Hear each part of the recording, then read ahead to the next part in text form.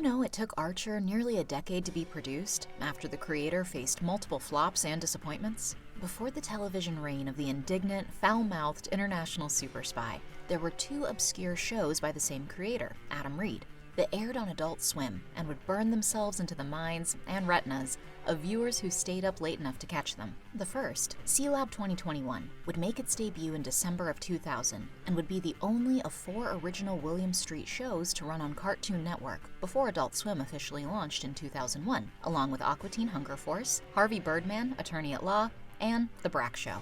The show's inception was the result of its creators, Adam Reed and Matt Thompson, finding a tape of a short-lived Hanna-Barbera show called C-Lab 2020 and deciding to replace the dialogue with their own. Cartoon Network passed on the pilot in 1995, believing it just wasn't funny. But 5 years after quitting Cartoon Network, they came back with the tape, and this time, they really cranked up the madness of the characters. The network was hooked, and they bought the show right as Adult Swim was being created. The series ran for a total of 52 episodes, the final of which would air on April 24, 2005. The next stage of this evolution toward success would come in the form of an ill-fated show by the name of Frisky Dingo, which received its title because the show's original name, Whiskey Tango, wasn't sufficiently distinct enough to avoid a full-on lawsuit from a band with the same name. The show would run for only half the time of its predecessor, and its production company, 7030, would close its doors just a year after it stopped airing in 2008.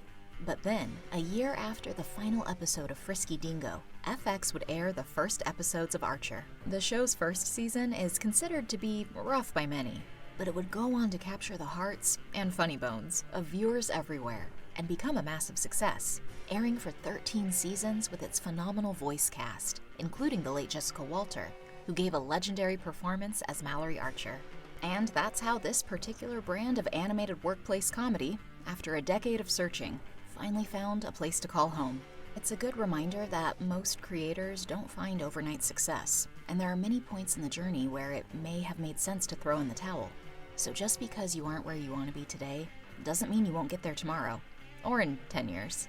Do you remember these shows? Let me know in the comments what you thought about them and what you want to hear about next.